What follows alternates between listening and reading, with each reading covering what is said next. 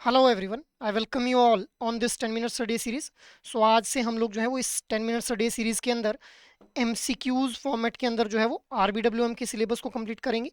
सो आज के इस सेशन से हम लोग स्टार्ट करेंगे retail banking and introduction which is chapter 1 of your module A. उसके हम लोग जो है वो एमसीक्यूज को आज इस सेशन के अंदर डिस्कस करेंगे। So let's get started. So first one is the advantages of retail banking includes option A is risk is less as client base is large. Option B is income is relatively more as the spread is more. Stable model with less volatility या फिर all of the above. So what should be the right answer for this question? So let us see the right answer. Right answer will be option D itself, that is all of the above. अब देखिए retail banking की advantages के regarding ये question पूछा गया है। पहली statement क्या है? Risk is less as the client base is large. तो हम लोग जानते हैं कि रिटेल बैंक के अंदर हमारे पास जो है वो वॉल्यूम ड्रिवन कस्टमर्स रहते हैं। सो वॉल्यूम ड्रिवन कस्टमर्स होने की वजह से हमारा जो कस्टमर बेस है या फिर क्लाइंट बेस है that is very much large, जिस वजह से जो डिफ़ॉल्ट करने के चांसेस रहते हैं कस्टमर्स के, क्योंकि अलग अलग तरह के कस्टमर्स हैं, अलग अलग उनके इनकम लेवल हैं, अलग अलग उन्होंने जो है वो प्रोडक्ट्स लिए हुए हैं। सो उनके डिफ़ॉल्ट करने के चांसेस जो है वो हमारे लिए कम रहते हैं विद रिस्पेक्ट टू अगर हम रिटेल बैंकिंग की बात करें। So A option will be the right one. Second statement is income is relatively more as the spread is more. अब देखिए इसका क्या मतलब है कि इनकम जो है वो रिटेल बैंकिंग के केस में ज़्यादा रहती है बैंक्स के लिए, क्योंकि स्प्रेड ज़्यादा है। अब ये स्प्रेड क्या है?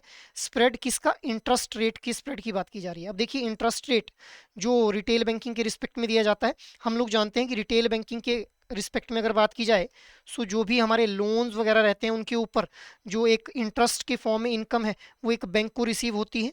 ठीक है, अब बैंक जो है वो इंटरेस्ट की ही फॉर्म में जो है वो कुछ अमाउंट जो है वो कस्टमर्स को देते हैं इन केस ऑफ जब भी कस्टमर्स ने जो है वो एफडी वगैरह ओपन की हुई होती है या फिर सेविंग्स अकाउंट के ऊपर जो है वो इंटरेस्ट रेट दिया जाता है।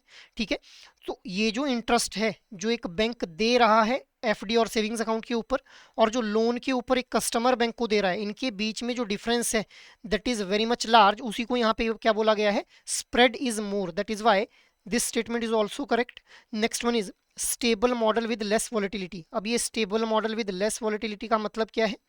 Stable model with less volatility का मतलब है कि यहाँ पे हम लोग जानते हैं कि हमारा जो बिजनेस साइकिल रहता है, उस बिजनेस साइकिल के अंदर हमारे पास जो है वो हम लोगों को कुछ फेजेस देखने के लिए मिलते हैं। सो जैसे हम लोग जानते हैं कि जब भी हमारा बिजनेस रहता है, कुछ टाइम ऐसा रहता है जब हमारा बिजनेस जो है वो बूम फेज के ऊपर रहता है, और कुछ टाइम के ऊपर हम लोगों को जो है वो रिसेशन देखने को मिलता है। सो ये जो रिटेल बैंकिंग की वाला सेक्टर है, यहाँ पे क्या है कि चाहे मार्केट में बूम हो चाहे रिसेशन हो, हमारी जो डिमांड रहती है रिटेल बैंकिंग में वो लगभग मोर और लेस जो है वो सेम रहती है। That is why it is less volatile. So that is why all these statements are correct. So I hope ये आप लोगों को क्लियर हो गया होगा कि why option D is the right one. Moving ahead, अब हम लोग नेक्स्ट क्वेश्चन को डिस्कस कर लेते हैं। Which one of the following is not an advantage of retail banking? Your options are high cross selling potential, high customer loyalty, less volatility in business, या फिर high default rate. तो आप लोगों से क्या पूछा गया है? Not an advantage of retail banking. So what should be the right answer for this question? Right answer will be option D itself. Why option D will be the right one? Because high default rate जो है वो advantage नहीं हो जाएगी, वो क्या बन जाएगी? डिसएडवांटेज बन जाएगी इस रिटेल बैंकिंग वाले सेक्टर के लिए। बाकी जो रिमेनिंग स्टेटमेंट्स हैं those are the advantages of retail banking. High cross selling potential, क्योंकि हम लोग जानते हैं कि वॉल्यूम ड्रिवन कस्टमर्स हम लोगों को यहाँ पे देखने के लिए मिल रहे हैं, मतलब लार्ज कस्टमर बेस हमारे पास है, तो लार्ज कस्टमर्स को हम लोग जो है वो क्रॉस सेल कर सकते हैं अलग अलग तरह के product depending upon their need. इसके अलावा second statement is high customer loyalty. अब क्योंकि हम लोग जो है वो एक कस्टमर को एक ही प्लेटफॉर्म के ऊपर मल्टीपल उसकी नीड्स का सॉल्यूशन प्रोवाइड कर रहे हैं, so that is why customers are loyal with respect to retail banking products and services. Next is less volatility in business. इसको ऑलरेडी हम लोगों ने लास्ट क्वेश्चन के अंदर अभी डिस्कस किया कि वॉलिटिलिटी का क्या मतलब है, वाई रिटेल बैंकिंग का जो बिजनेस है that is less volatile. So I hope now it is clear कि why option D will be the right one for this question. Moving ahead, next हम क्वेश्चन डिस्कस कर लेते हैं। Which one of the following is not part of retail banking? Your options are internet banking, mobile banking, providing term loan for projects, या फिर credit card facility. So what should be the right answer for this question? Right answer will be option C itself, that is providing term loan for the projects. अब projects के लिए जब भी term loan वगैरह लिया जाएगा तो उसको हम लोग रिटेल बैंकिंग का पार्ट नहीं मानेंगे, उसको हम लोग क्या बोलेंगे, कॉर्पोरेट बैंकिंग का पार्ट मानेंगे। So that is why option C will be the right one. इसके अलावा जो बाकी ऑप्शंस हैं, इंटरनेट बैंकिंग के थ्रू हम लोग जो है वो रिटेल बैंकिंग ऑफर करते हैं, दीज आर दी चैनल्स। इसके अलावा मोबाइल बैंकिंग के थ्रू भी रिटेल बैंकिंग के प्रोडक्ट्स और सर्विसेज को ऑफर किया जा सकता है।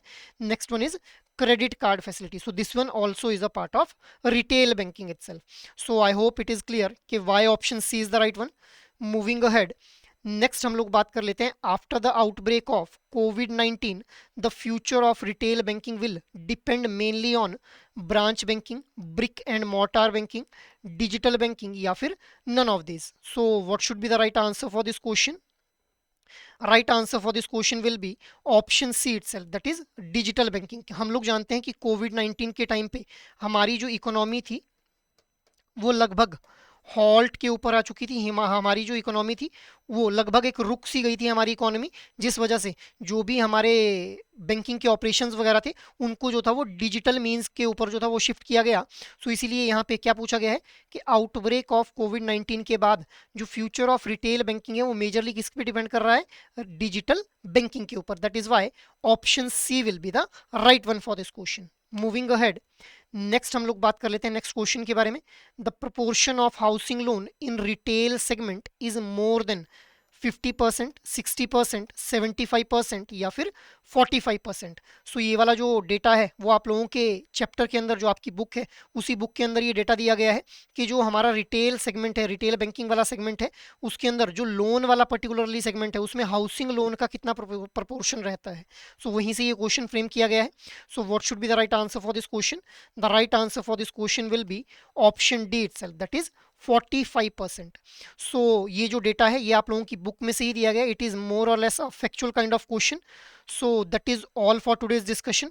आई होप ये एमसीक्यूज जो हैं वो आप लोगों को हेल्प करेंगे, आप लोगों की प्रिपरेशन को एक नई शेप देने के लिए और आप लोगों को समझने के लिए कि किस तरह से जो है वो क्वेश्चंस फ्रेम किए जाते हैं, क्योंकि ऑलरेडी हम लोग अपने सारे इन टॉपिक्स को जो है वो इसी 10 मिनट्स डे के अंदर जो है वो कवर कर चुके हैं। सो आई होप ये सेशन आप लोगों को अच्छा लगेगा, and if you guys like this session you can like, share and subscribe this YouTube channel itself. So that is all for today's discussion. Jai Hind.